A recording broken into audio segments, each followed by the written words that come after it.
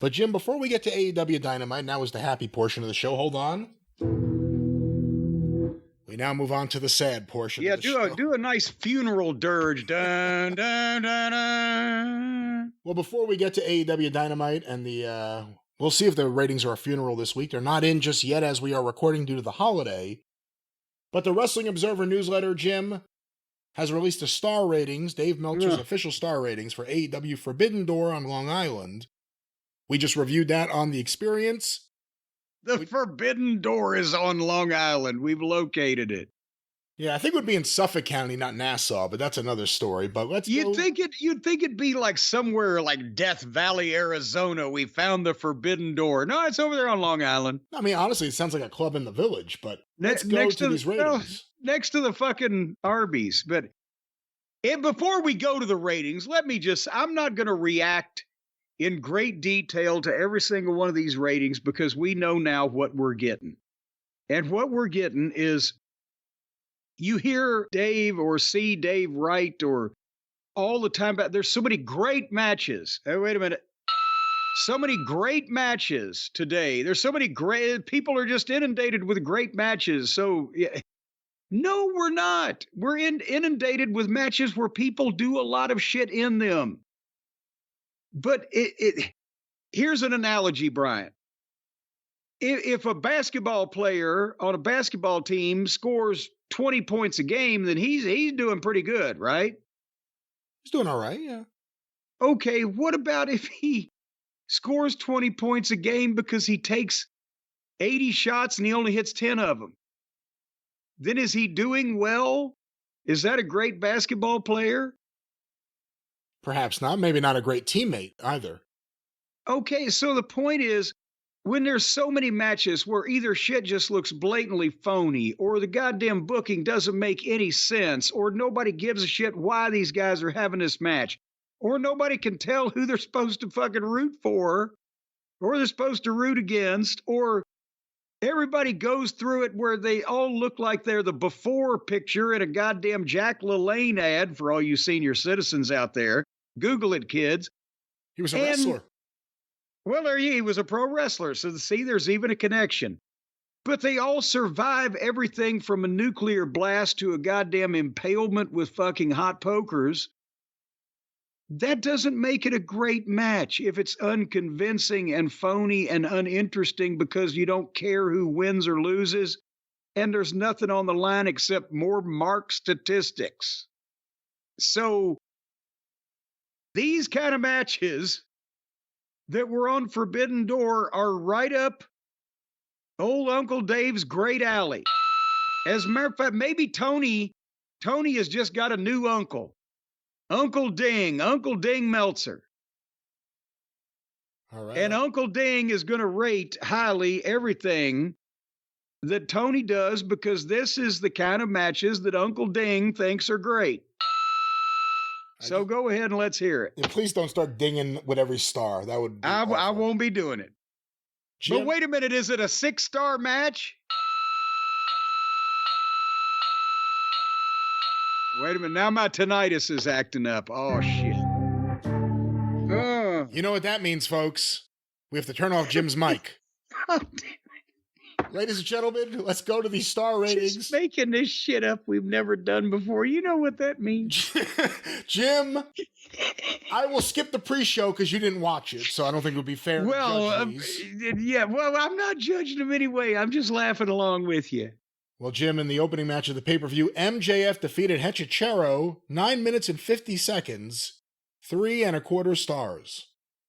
I mean, I will say that as we mentioned when we reviewed it, this is the only match that actually made sense, was accomplished in the time and in the manner in which that it should have been, and otherwise didn't fucking stink. So that's about average these days. On his 7-star scale, 3.5 is about right in the middle. Well, I guess that's the thing, too, like you just said. You can't look at it as a 5-star scale because it isn't. It's just ridiculous to pretend it is.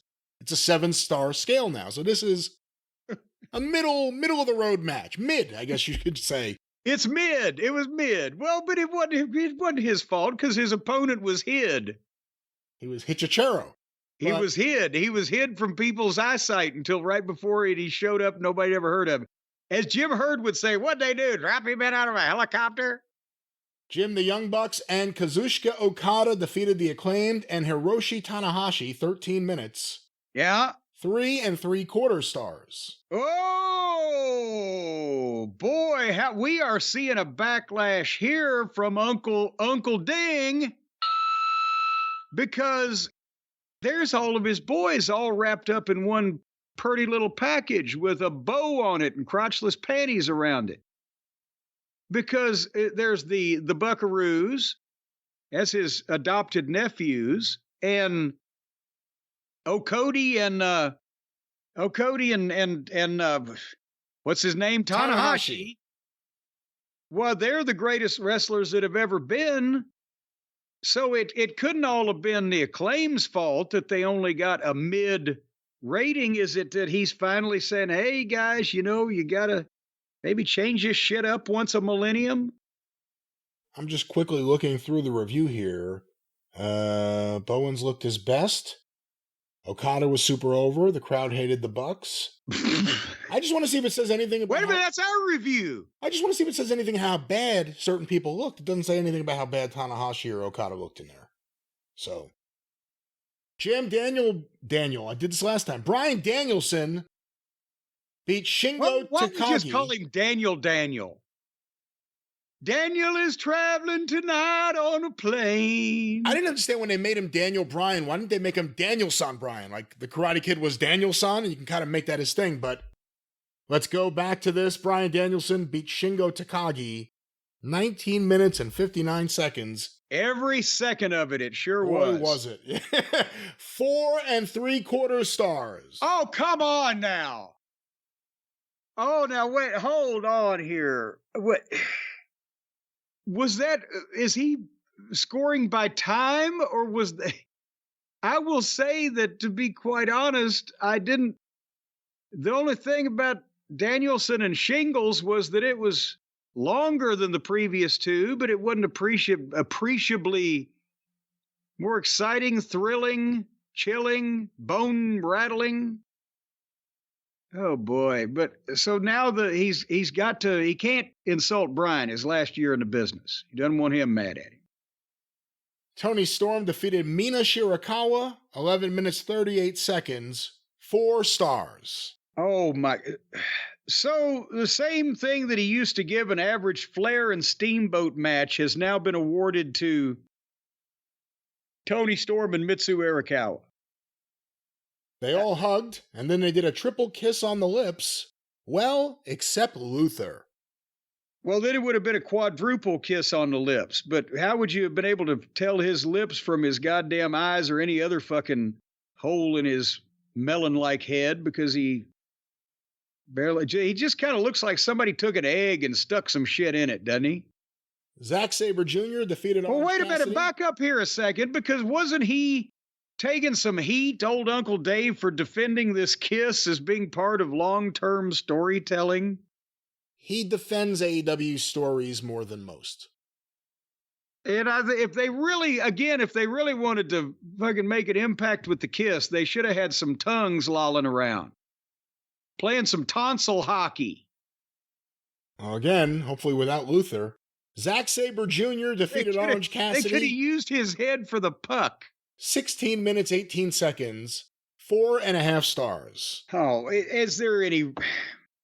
Samoa Joe. Well, once that you have accepted the premise that one of the competitors is a fucking parade balloon or some inanimate object that then yes, you can go ahead and grade something like that as if it were a real match. But he dignifies one of the participants by acting like he's a living, breathing, cognizant human being attempting to be a real pro wrestler. Samoa Joe, Hook, and Katsuyori Shibata. Shipoopy, shipoopy, shipoopy. Defeated Chris Jericho, Big Bill, and Jeff Cobb. 13 minutes, 59 seconds, 3.25 stars. Let me read some of this review here. Oh, what? I was about to say, that's That's almost down to where a dud used to be, isn't it? This was a good match as far as wrestling. What? But the Jericho gimmick works on Wednesdays, but it was going to be difficult with a New York pay-per-view crowd. Basically, the fans didn't react to the match. Only to Jericho. They wanted him to retire. They wanted him to retire, and he talked about how he grew up right here in Long Island in Manhasset. His father played for the New York Rangers when he was born. So yes, that's the famous Hall of Famer Ted Jericho. So he said he was a hometown hero. I was expecting they would build it around avoiding Joe and Cobb until they finally squared off. But Joe and Cobb were doing stuff with each other early in the match. But to the fans, it was all about, please retire. Then you still got it. Then no, you don't. Chants and took away from everyone doing good stuff the entire match. Hook even pinned Jericho clean after the Judas effect to win, which made sense for him to lose clean to the New York-based babyface. While it is not always the case with television, it is clear in New York that the crowd won't let a Jericho match be good. Even with guys like Joe. Wait, won't let it? Well, fortunately, they don't have to work too hard. Even with guys like Joe, who is almost always over, Cobb, who is super impressive, and Hook, who has been a New York favorite. That said, the work of everyone was at the level you'd expect. What is that defense of the Jericho match sucking there? What? It's New York's fault. It's Bizarro World in New York. What? When has it been working on Wednesday? Please retire. The reason they chanted "Please retire" in New York is because they've been chanting that on television since this whole thing started. And the New York people, oh, this is where we need to chant, "Please retire" at this fucking guy. Because he needs to retire. Who's doing the worst gimmick ever that everyone hates? Why would they? But it's not like on Wednesday nights, please keep working. No, we haven't heard that. No. The good thing about Please Retire is it got everyone to forget NDA. Yeah. Jim, Jack. What about Please Stay Busy? Go please on tour. At least half of your time to charitable organizations. Please tour Russia. Jack Perry won the TNT title in a ladder match over Konosuke Takeshita, Mark Briscoe, Dante Martin, El Phantasmo from Canada, and Leo Rush in 16 minutes. Part of the famous Canadian Phantasmo family. In 16 minutes and 52 seconds, 4.5 stars. This was just crazy, it says. Of course it was. How do you rate something like that on the scale of everything else anyway? Because it's endless. Oh, let's figure out a way to take this bump with this piece of furniture. And I've seen this in the movies. We could do this, whatever. But I'm sure it was 4.5, whatever. Mercedes Moné defeated Stephanie Vacour, 16 minutes, 47 seconds. 4-star match. What? Hold on, I was swallowing. Don't choke. I didn't think that was the reaction we'd get. 4 stars. 4-star match. They did a somewhat lucha-oriented match. You have to give them credit because following the insanity that preceded this was not going to be easy. And it wasn't. And they didn't.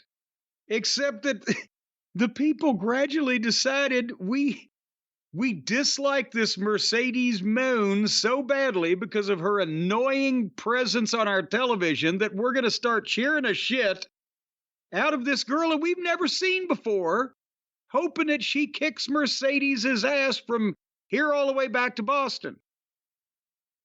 I don't know if that's a successful way to debut a new multi-million-dollar acquisition, or not debut, but a way to present or promote a multi-million-dollar acquisition, unless it's the one that we've never seen or heard of before. Because she was the one they were all chanting for. but I'm sure it was wonderful to Dave. It was positively.